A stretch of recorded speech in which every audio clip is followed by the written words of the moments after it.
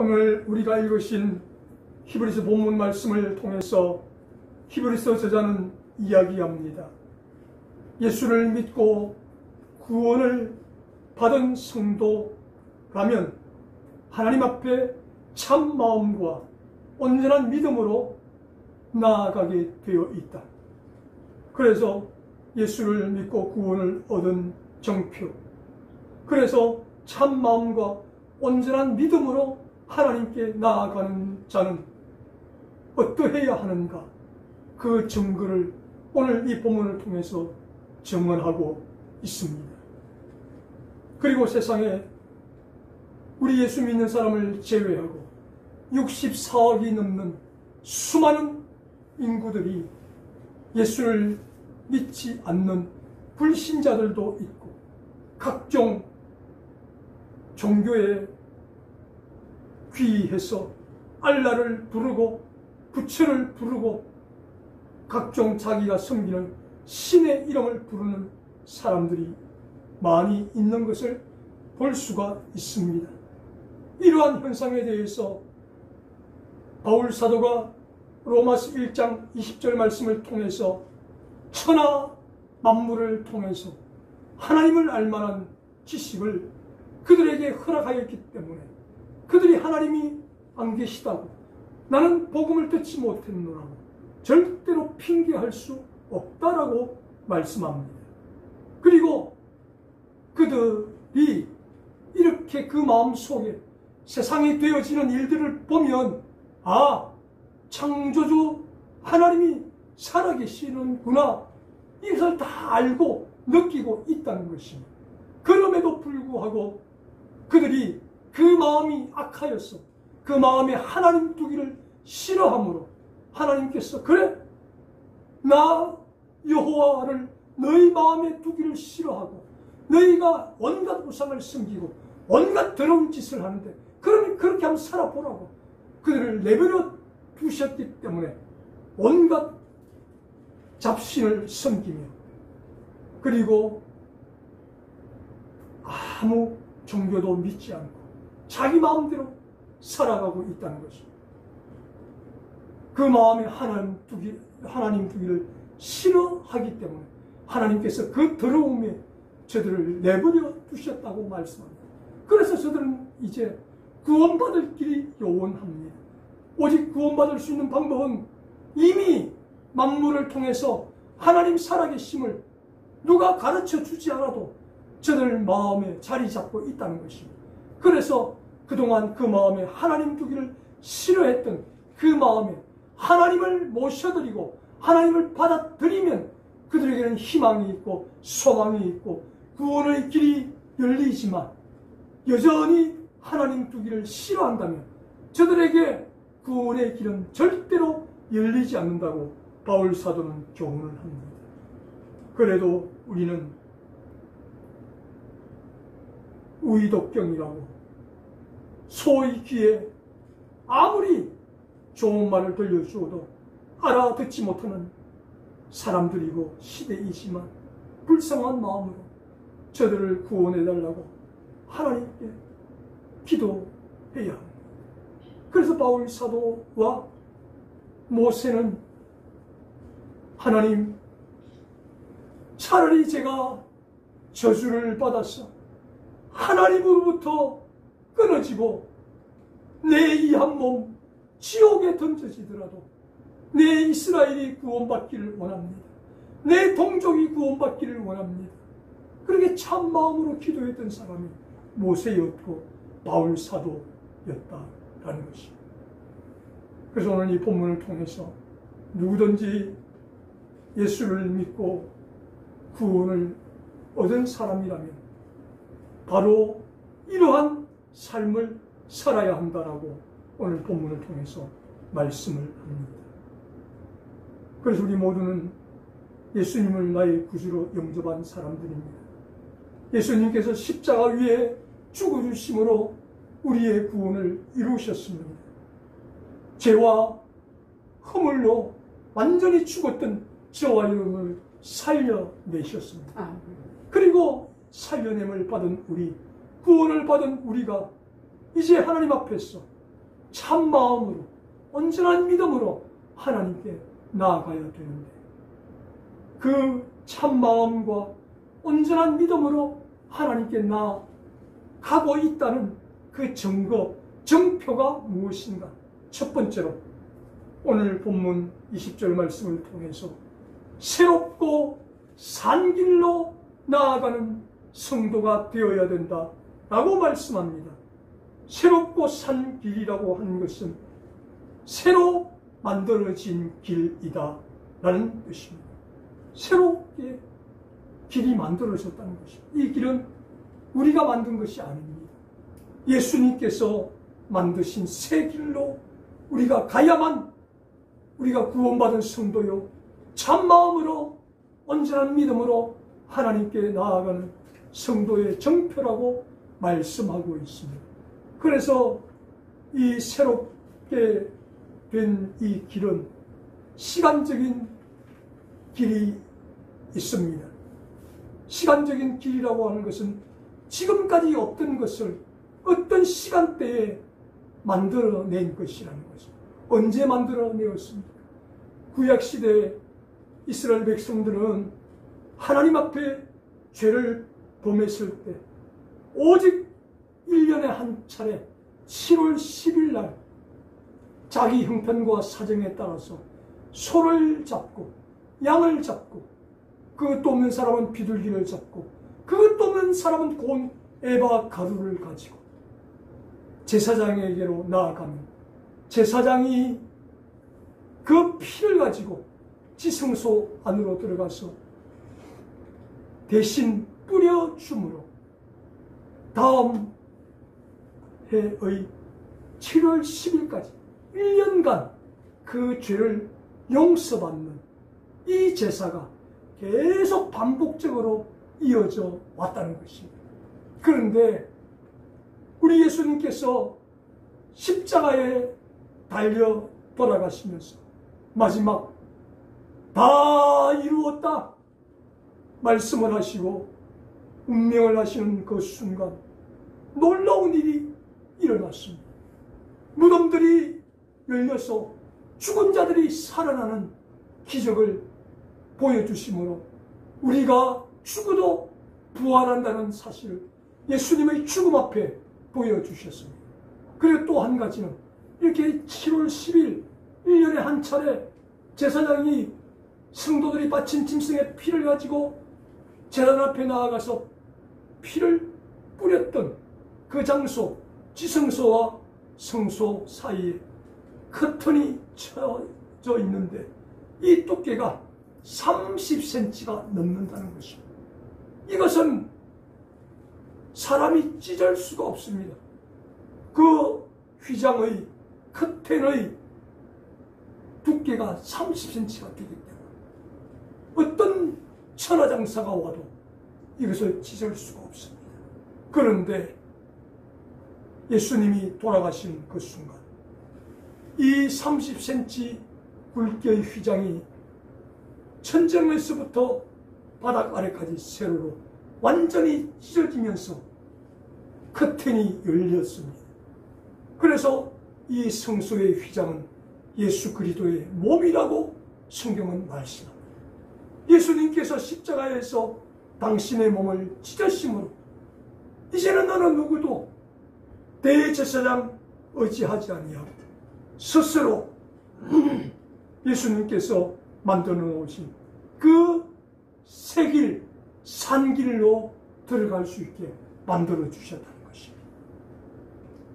1년에 한 차례만 나아가는 것이 아니라 누구든지 예수의 이름을 부르며 내가 오고 싶은 시간에 성전에 와서 개인적으로 기도하고 또 성도들끼리 함께 모여 예배할 수 있는 길을 시간적으로 예수님이 열어주셨다는 것입니다. 그래서 참 마음과 온전한 믿음으로 하나님께 나아가는 성도라면 하나님 앞에 날마다 예배를 사모하며 기도하며 이 새 길, 산 길로 나아가야 한다라고 그렇게 말씀을 들려주고 있습니다. 그리고 예수님께서 또 한 가지, 이 휘장을 찢어진 사건을 우리에게 소개합니다.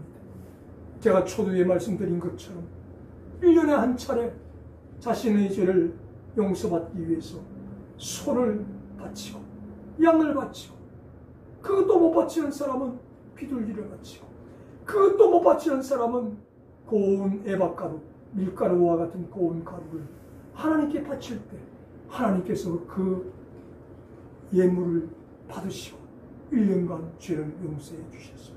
그런데 소를 바치는 사람, 양을 바치는 사람은 생활적으로 상류층의 사람들입니다. 여유가 있는 사람들입니다. 그러나 비둘기를 바치는 사람, 비둘기조차도 없기 때문에 고운 에바가루를 바치는 사람, 그 마음을 어떠했는지 한번 헤아려 보라는 것입니다. 나는 언제나 이 가난에서 벗어나서 이 에바가루를 바치지 않고 나도 저 사람들처럼 양을 바치고 싶다, 소를 바치고 싶다, 이런 가난한 사람들이 얼마나 많았겠습니까? 그래서 하나님께서 십자가에서 예수님 당신의 몸을 찢으심으로 이제 십자가 앞으로 나오는 자는 부자든 가난한 사람이든 차별이 없다. 소를 바치는 사람, 양을 바치는 사람, 비둘기를 바치는 사람, 에바가루를 바치는 사람, 이제 그 재물은 필요가 없다. 오직 예수의 이름을 부르면서 나오는 자들에게 내가 구원을 허락할 것이고 은혜를 베풀 것이다. 라고 예수님께서 자신의 몸을 친히 휘장처럼 찢어주셨기 때문에 시간적으로 예수님 때부터 새로운 산길이 열려지게 되었다라는 사실. 그렇다면 저와 여러분도 예수님을 나의 구주로 영접하고 예수님이 나를 위해서 십자가 위에 피 흘려 죽으셨음을 믿는 사람들이라는 것입니다. 그렇다면 저와 여러분,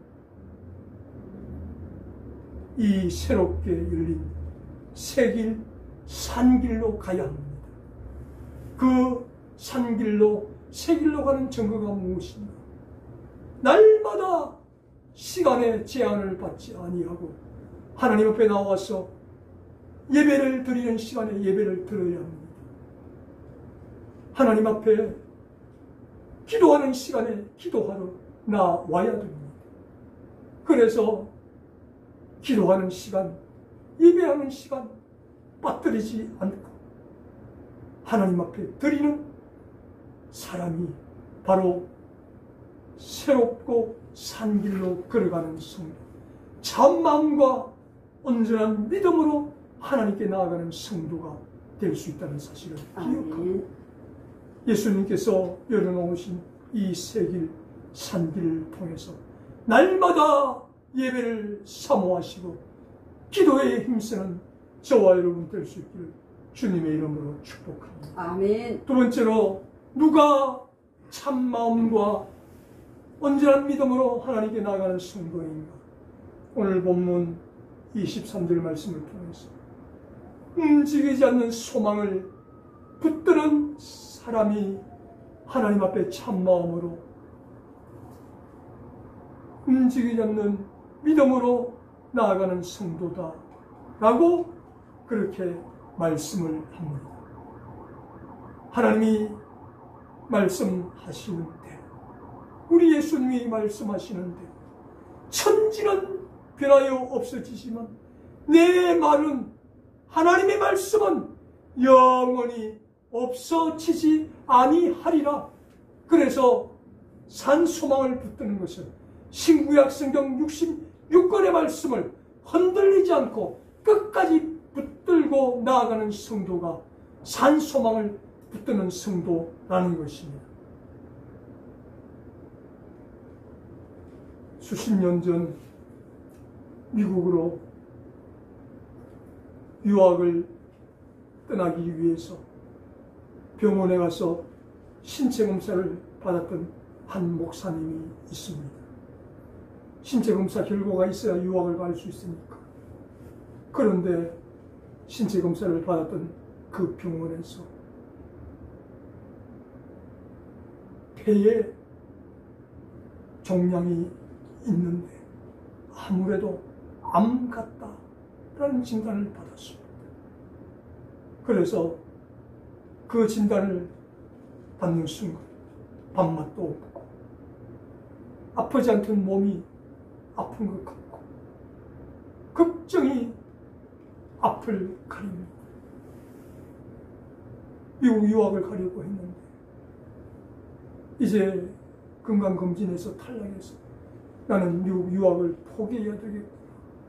그렇게 낙심을 하고 있을 때 친구 목사님이 찾아와서 여보게 다시 한번 다른 병원에 가서 검진을 받아보자. 그래서 서울대학병원에 가서 검진을 받았어요. 다시 엑스레이를 찍고 검사를 했는데 검사 결과 깨끗하다는 것이고, 그럼 왜 먼저 병원에서는 폐에 종양이 있다고 나타났어요? 그것은 엑스레이를 찍기 위해서 조영제를 투여했을 때 그 약물이 아직 남아 있었는데 그것이 엑스레이 사진을 찍었을 때 종양으로 비춰질 수가 있었다라고 이야기합니다. 그래서 깨끗하다, 아무것도 염려할 거 없다. 그 소리를 듣는 순간 근심 걱정은 사라지고 다시 입맛도 회복되고 아픈 것도 사라지고, 그래서 무사히 미국 유학을 갈 수 있었다는 것입니다. 이렇게 성도들에게 하나님을 믿으십시오, 하나님을 신뢰하십시오 말하던 목사도 폐에 종양이 생겼다는 진단을 받고 모든 것을 다 손 놓고 낙심이 되는 것이 연약한 인간의 모습이라는 것입니다. 살아도 주를 위해, 죽어도 주를 위해, 살아 죽으나 주의 것이로다. 그 찬송은 다 어디로 가고, 이렇게 바로 눈앞에 놓여있는 그 위기가 닥쳐올 때 살아도 주를 위해, 죽어도 주를 위해는 어디론가 다 사라지고 없다는 것입니다. 흔들린다는 것입니다. 그러나 목사가 되었던 성도가 되었던 우리는 굳게 붙잡아야 된다는 것입니다. 무엇을? 산 소망이신 예수 그리스도, 산 소망이신 하나님의 말씀을 붙들어야 된다는 것입니다. 그래서 로마서 8장 28절 말씀을 통해서 하나님을 믿는 자들에게, 하나님을 사랑하는 자들에게는 모든 것을 합력하여 선을 이루게 하시는 하나님이시라는 것입니다. 선을 이루시는 하나님은 내 생명을 거두어 가시면서 선을 이루실 수도 있습니다. 내 질병을 고쳐주시면서 선을 이루실 수도 있습니다. 죽을 때까지 이 질병을 짊어지고 가게 하시면서 선을 이루실 수도 있다는 것입니다. 그래서 하나님께서 어떠한 선한 일을 내게 주셔도 그것이 나의 십자가를 지는 삶이 되어도 산 소망이신 예수 그리스도를 붙들고 승리해야 되는 것이 바로 저와 여러분의 모습이라는 것입니다. 이렇게 히브리서 저자가 이야기하는 것처럼 참마음과 온전한 믿음으로 하나님께 나아가야 되는데 조금만 세상의 풍파가 불어닥치면 우리는 흔들리는 사람이라는 것입니다. 흔들릴 수는 있지만 뿌리채 뽑히지는 말고 산 소망이신 예수 그리스도, 모든 것을 합력하여 선을 이루게 하시는 이 하나님 말씀을 굳게 붙들고 승리하는 우리 모두가 될 수 있기를 주님의 이름으로 축복합니다. 아멘. 마지막 세 번째로 오늘 본문 말씀을 통해서 모이기를 피하는 어떤 사람들의 습관과 같이 하지 말고 그날이 가까움을 볼수록 더욱 그리하자.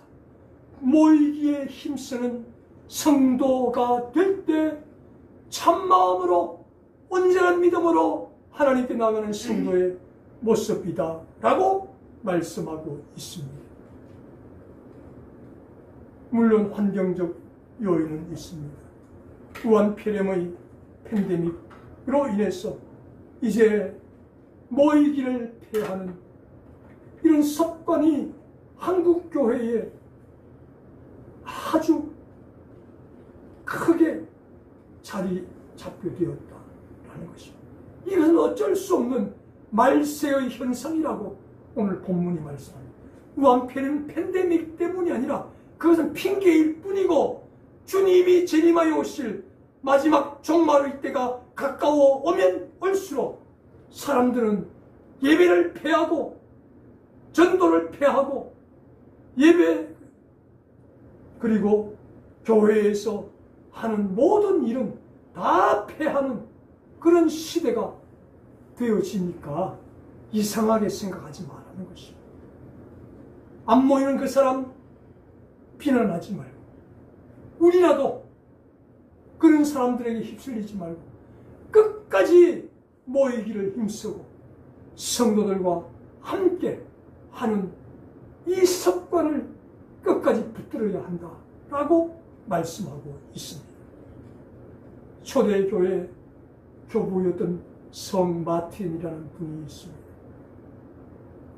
많은 사람들이 그를 추천하여 큰 교회를 맡기려고 했지만 계속 사양을 해서 교회를 맡기지 못했다가 교구 안에 성도들이 모여가지고 이번에는 어쩔 수 없다. 마틴에게 이 교회를 맡기자. 그렇게 해서 회의를 열어서 만장일치로 추천을 해서 큰 교회를 맡기기로 했습니다. 그래서 그 지역의 책임자가 되면, 감독이 되면 큰 교회, 그 지역에서 가장 큰 교회를 맡고 아주 훌륭한 사택을 제공받는 두 가지 특혜가 있습니다. 이때 마틴이 내가 교회는 어느 교회를 맡기든지 내가 그 교회에서 심호하겠습니다. 그러나 사택은 사양합니다. 그래서 절충안이 이루어져서 교회는 그대로 맡기로 하고 사택은 좋은 사택 안 하기로 했습니다. 그리고 자기가 손수 오두막집 같은 집을 교회당 옆에 지어놓고 그곳에서 아주 금수하게 생활을 하면서 살아갑니다. 그러던 어느 날 이 오두막 집으로 한 거린이 구걸하기 위해서 찾아왔습니다. 아무것도 줄 것이 없습니다.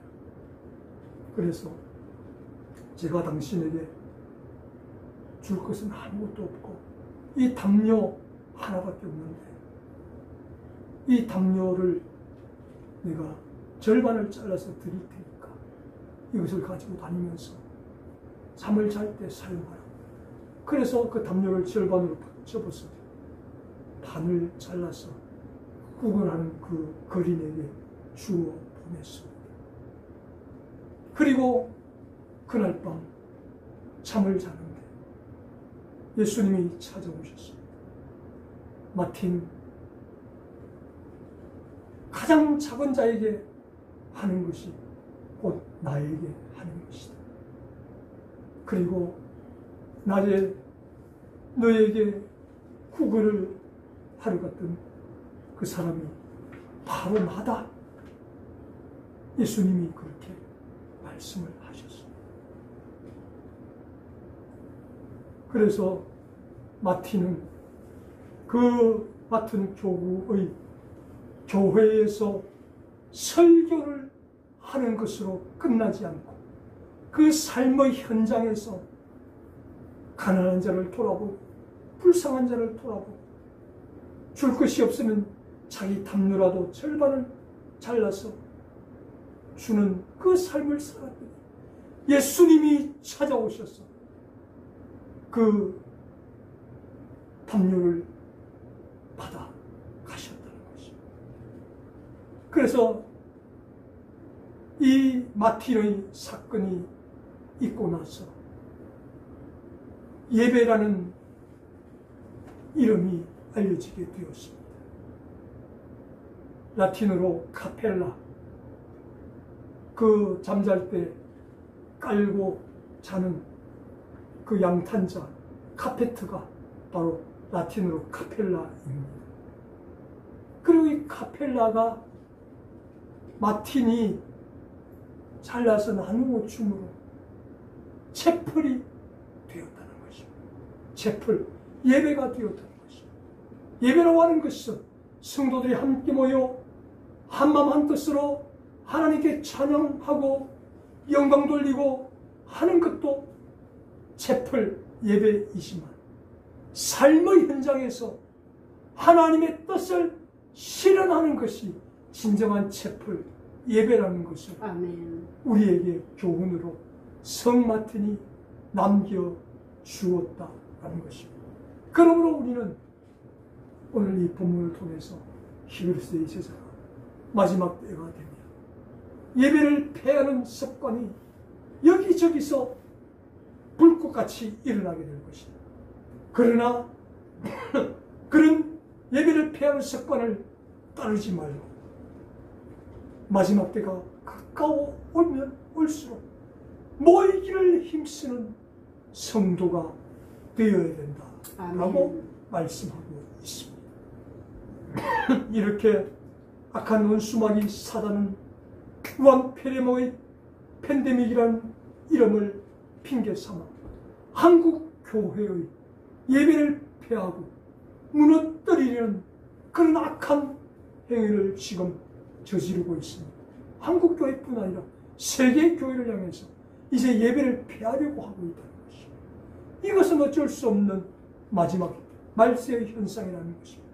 이 말세의 현상에 그것에 야합하고 따라가는 사람이 있는가 하면 이것을 거부하고 끝까지 맞서 싸우면서 예배를 폐하지 않고 예배를 드리고 성도들끼리 함께 모여 교제하고 교통하는, 모이기를 힘쓰는 성도가 될 때 참 마음과 온전한 믿음으로 하나님께 나아가는 성도의 모습이다 라고 우리에게 교훈을 들려주고 있습니다. 그렇다면 저와 여러분, 우리들 주변에 얼마나 많은 사람들 통해서 우한 폐렴의 팬데믹 이후로 교회가 위협받고 있습니다. 성도들이 나오지 않고 있습니다. 이런 소리를 기가 따갑도록 듣고 있습니다. 이것은 어쩔 수 없는 마지막 시대의 현상이라는 것입니다. 그러나 그 현상에 패하지 말고 그 현상을 따라가지 말고 끝까지 싸워서 이 모이기를 힘쓰는, 예배에 힘쓰는, 전도에 힘쓰는, 말씀에 힘쓰는 우리 모두가 될 수 있기를 주님의 이름으로 축복합니다. 아멘. 사랑하는 성도님들, 오늘 본문을 통해서 히브리서의 제자는 이야기합니다. 예수님의 십자가의 구원으로 구원을 받은 우리 성도들에게는 하나님께서 하나님의 자녀가 되는 권세를 주셨다라고 요한복음 1장 12절을 통해서 말씀하고 있습니다. 그리고 이 예수님을 나의 구주로 영접한 자에게는 신명기 5장 10절 말씀을 통해서 그 자손 만대까지 천대까지 은혜를 베푸신다고 말씀하여 주셨습니다. 그리고 로마서 8장 28절을 통해서 예수님을 믿는 사람에게는 모든 것을 합력하여 선을 이루게 하신다고 말씀하셨습니다. 그럼 누구에게 이런 은혜를 베푸시는가? 참 마음과 온전한 믿음으로 하나님께 나아가는 사람, 예수님이 열어놓으신 새 길을 걸어가는 성도, 움직이지 않는 소망을 끝까지 붙들고 나아가는 성도, 모이기를 패하는 사람들의 습관과 같이 하지 아니하고 모이기를 더욱 힘쓰는 성도가 될 때 하나님께서 이러한 놀라운 은혜를 베푸신다고 말씀하십니다. 저와 여러분, 오늘 이 말씀을 기억하며 예수님께서 열어놓으신 새롭고 온전한 산길로 뚜벅뚜벅 걸어가는 저와 여러분 될 수 있길 바랍니다. 아멘. 변하지 않는, 움직이지 않는 세상의 말씀의 소망을 끝까지 붙드는 저와 여러분 되시기를 바랍니다. 아멘. 세상 사람들은 다 예배를 패할지라도 저와 여러분만큼은 모이기를 패하지 않고 힘쓰는 성도의 삶이 될 수 있기를 바랍니다. 그래서 하나님께서 모든 것을 합력하여 선을 이루게 하시는 은혜, 우리의 자손 천대까지 은혜를 베푸시는 은혜, 하나님의 자녀가 되어 하나님의 상속자가 되어 하나님의 모든 것을 우리의 소유로 삼는 놀라운 은혜를 경험하는 우리 모두가 될 수 있기를 주님의 이름으로 축복합니다. 아멘.